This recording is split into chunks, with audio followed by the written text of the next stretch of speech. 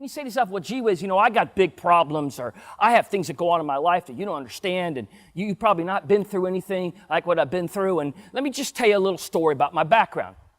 I went to college. I was a high school tennis phenom, and I went to college on a full tennis scholarship, one of the top tennis colleges in the country, and then went out on the pro circuit and got sponsored by major companies and things like that. And, as I was going through college, I noticed that it was probably near the end of my college years that the ball, the tennis ball, started looking like a pineapple.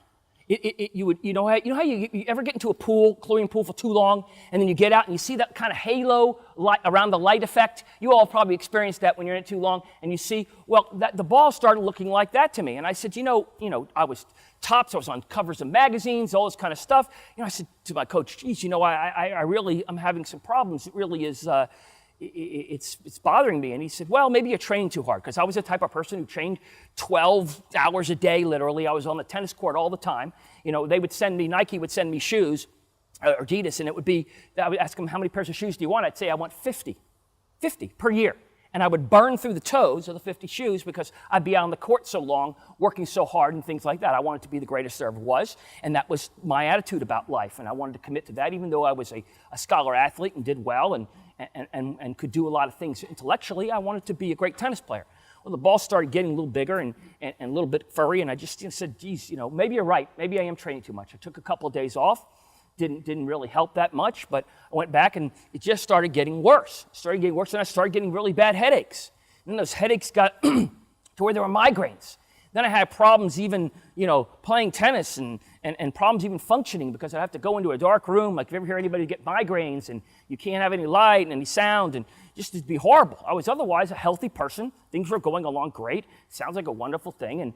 But it was really, really bad. And so they started sending me around to doctors. I mean, obviously, if you're going to be on the top of the shelf of the pros and you're going to be great and all this kind of stuff, you got the best access to health care. And they started sending me around, and I probably went to 50 or 60 different doctors, okay, around the country, and spent literally months in hospitals doing all kinds of tests and things.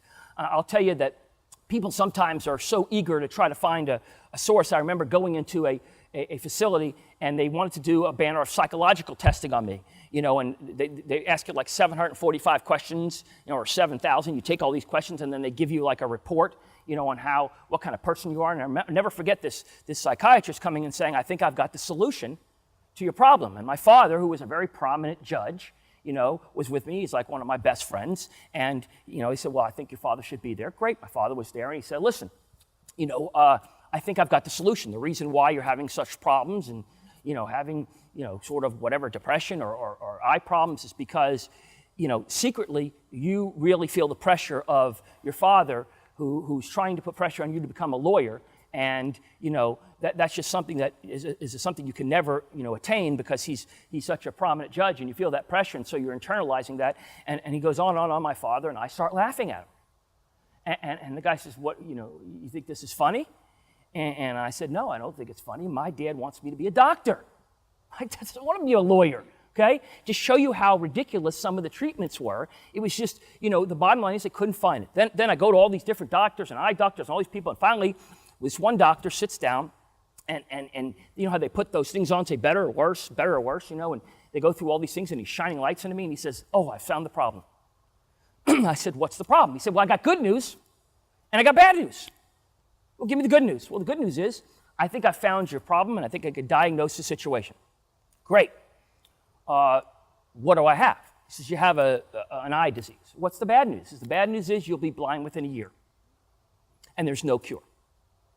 Now, imagine if I said to you that you'll be blind within a year, or you'll have such severe sight disability that you will not be able to function in a reasonable way without learning as those magical people who are blind do with the cane. It's a pretty intense type of thing to get, especially when you're a pro tennis player and you're on the cover of all these magazines. And I was a great spokesman. I was like a Rhodes Scholar candidate, so I would go and they would come up with the mic afterward, and they would say stay in school and, eat Wheaties and, talk to your parents nicely. And, so I was like, it was incredible, how you get the press. And like you see now, this is many years later, now the media covers you in different ways. Back then there were less channels, and so, there was a lot of media attention. And all of a sudden you're telling me now I'm not going to be able to see? And he said, yeah, and I'm really sorry, but what we can try to do is we can try to improve your sight by using certain kinds of contact lenses and other things, and you have to use like hard contact lenses. Some of you are familiar with soft contact lenses. Hard or more of a firmer type of feel. Okay, great. They put he does these contact lenses, he starts putting them in. He says, well, I got good news and bad news.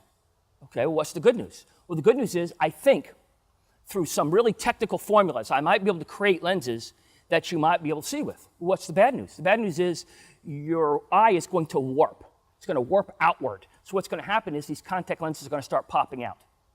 So you have to understand that, they're going to pop out, and you're going to have to be able to be in a position where you can, find them, or you're going to have to order new lenses. Okay, why don't you order me like 10 pairs? He goes, well, I got a little bit more bad news. The bad news is your eye vision is going to change every 4 weeks. So if I order you a pair, it takes 5 weeks to make the pair because they're custom made, but every 4 weeks your vision is going to change. So all I can do is either give you this pair, these couple of pairs now, and if they pop out of your eyes, then I can guess and maybe put a prescription in for future things, but you're going to have to deal with that. Oh, okay.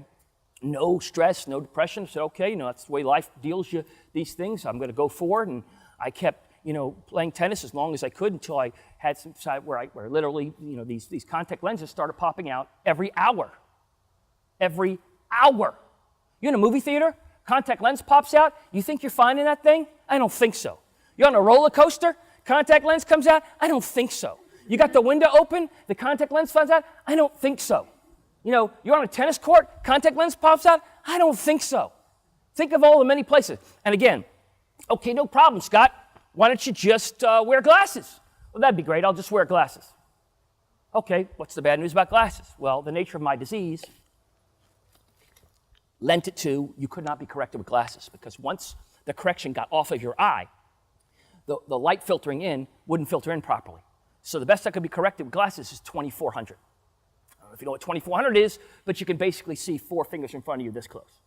Other than that, you really can't do that. So now I'm rendered, where I'm in a position where I just not going to be able to continue tennis. And so I decide what I'm going to do is go to law school, but I'm blind, can't see. So, and in law school, when you'll find out that what they do is they call on you. Like if you haven't had a chance, go and rent the movie Paper Chase. It's an old movie, but it's a movie that shows you about law school and how Socratic it is. And Mr. Jones, can you please tell me what that case stood for? And everybody turns around and looks at you, and you get humiliated in front of everyone and you want to shoot yourself.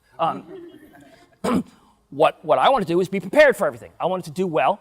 So what I did was, since I was not able, like most people, if they say to you, hey, can you tell me what that book means? You could flip to the book and sort of look up and look down. I couldn't do that. So I read every single page of every single textbook and memorized them all. Every page. Because I couldn't look down. And then I would look down, making like I'm looking down, but I really couldn't see anything. So you're talking about reading 400 or 500 pages a day. Okay, so you're talking about a lot of pages that you read, depending on the type of law school you're at. So while this is going on, I have these lenses popping out. I can't be really corrected very well. I can't really see, and I'm reading like this, and I'll never forget one of the stories is, you get called on a class. One time I got called in class, and the teacher said, well, what about the Jones versus Jones case? And you know what? For the life of me, I couldn't remember. It wasn't in any of the books. I thought I forgot. Unbeknownst to me, he was bringing up another case that wasn't in the book. So when I had to take the book, and I had to go like this. He thought I was mocking him. He said, what, are you mocking me? You think it's not in the book or whatever it is? Nobody had known. Nobody knew. Even some of my family members didn't know that I had this problem, because I went around and said, I'm not going to allow it to get in my way. I'm going to live my life. I'm going to show people that it's irrelevant. And that was the first time that people actually learned in my classroom, much to their surprise, that Scott wasn't just looking down at the book. He had memorized every single page of every single book and every single case and every citation, so that he wouldn't have this problem.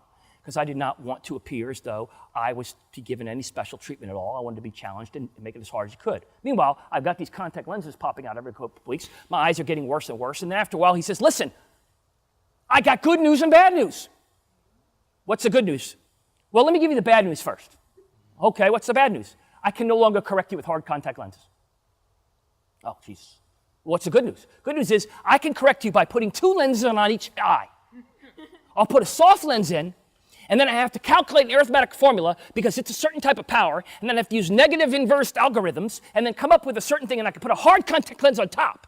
And then you'll be able to see pretty well. Not great, but pretty well. But then you won't be as blind. I mean, you'll see whatever, 2200, 2000, whatever it is, but you'll see better. And you can at least function.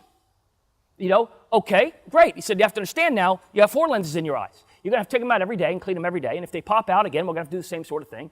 And so over several years this is going on, I have probably 100 pairs of lenses that have been popped out of my eyes, okay? I'll never forget, I was doing a lot of philanthropic work at the time, and I hosted this big festival, this jazz festival, because I'm a music guy. And so I do a lot of concert promotion. So I was hosting this music festival, and I was, you know, I'm in a tux, and I'm in front of all 3,000 people, and I'm, hey, welcome to the show, and blah, blah, blah, blah, and let me thank all the people, da, da, da, da. And while I'm talking on stage, my lens pops out, and I catch it in my hand, okay? If I can find this video, I'll post it on YouTube. And I say to the people, I'm in the middle of talking, and I got this thing in my hand, I said, I got one shot. I went like this, put my eye up, and kept talking, okay? Without missing a beat, and they gave me a standing ovation. It was great. I was not going to allow that to affect my life. I was not going to allow that to impact the value or what I was going to achieve, okay? Meanwhile, I was going through all these problems. Now, along the way, you have to understand, as the disease gets worse, what happens is you get what's called corneal scratches. What is that? Well, what happens is that you ever get a piece of dirt in your eye and just like you think the world has ended, okay? Well, what I would get is I would get that. That's what a corneal scratch is, except for it lasts 3 days instead of 4 seconds. Imagine that. I mean, now you're dealing with that hardship and headache. Okay, so I remember, just to tell you a little story about that, I had about 20 of those happen to me over a period of years.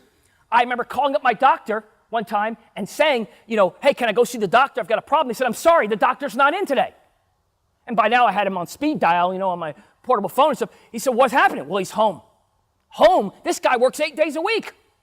So I call him, call him on his cell. I call him on his cell. He's home. I go, hello? He said, hello. I'm like, what's wrong? He goes, if you ever have a problem with your eyes again, I will drive or fly from wherever I'm at, and I will come to your home. I go, well, that's not why I called you. He said, I got my first corneal scratch today. He said, I have 3 ice packs on. I've got a Valium. I'm asking for pain medication, and I can't even function. And you tell me you have 26 of them, okay? You know, and the guy was like, just moved. Finally, taken over years of time, I'm going through this all this time. You're losing lenses, and you have 2 contact lenses in each one. Then they come up with a new technology. Scott, you want to be the guinea pig? They're making a lens that's called the Saturn lens. It's a hard lens inside of a soft lens. Wow, that's cool. Okay, well, if you qualify for the program, and I qualify for the program, okay, great and wonderful, great. And then they find out, well, they can't make it strong enough power for my eyes, so I can't use that. So basically, my eyes are deteriorating. I'm basically operating. What happens is when you get a corneal scratch in your eye, which happens every single month now, okay, you have to take out the contact lens in the other eye or both eyes will swell shut. So what I'd like you to do when you go home today is I'd like you to take a piece of saran wrap and I'd like you to tape it over one of your eyes and try to function. That's what I live with for years. Finally get a phone call. Guy says, you want to be the guinea pig? We're doing eye transplants. We can put a new eye in. Want the good news or the bad news? Want the good news? We can put a new eye in. What's the bad news? The bad news is you'll be one of the first people. It's like an organ donation. If it rejects, you will be permanently blind. Permanently. Well, okay. Let's do it. Let's do it. I can't live my life. Let's do it. If I'm blind, I'm blind. I've already counted how many steps it is to everywhere. I'm already working that thing out. Okay, do it. He says, I said, well, it's the procedure. He said, well, I need to explain the procedure so you understand. They're going to sew in with 12 stitches into your eye. We're going to wake you up in the proceeding during the surgery because you have to tell us whether or not you see white light or something like that. Now, that's a little bit much, you know? And so what I did was, okay, let's do it. I'm going forward to do it. And they woke you up, and I remember waking up, and all I could see was like a white light. I can't see anything but a white light. He's like, do you see the white light? It's like, yeah, I see the white light. It's like, great, crank that stuff up, I'm back under again. I finish. Now, you get done, he said, okay, I got good news and bad news. What's the good news? The good news is the surgery was a success. Okay, that sounds like great news. What's the bad news? Well, the way this surgery works, each month you're going to have to come, and I'm going to have to take a razor blade and cut out one of your stitches in front of your eye, and then we take a film, because when you cut the stitch, the eye will move ever so slightly, and then I have to cut a stitch next month on the other side, and then in 4 different things like a pizza pie, you're going to do that. Okay, now I don't know about you, but when you sit in front of those little things, and the little thing comes up and he says, better, worse, better, worse. Imagine him come with a scalpel and go, don't move. Okay? And they go into your eye, and they'll anesthetize whatever, and bang, they hit it, and then it clicks, and you can feel sort of a click sound. So they do that over a period of a year. Okay? And during that time, you have problems with, it's an organ thing. So you got to take medication, and when you take medication, I have a reaction to medication.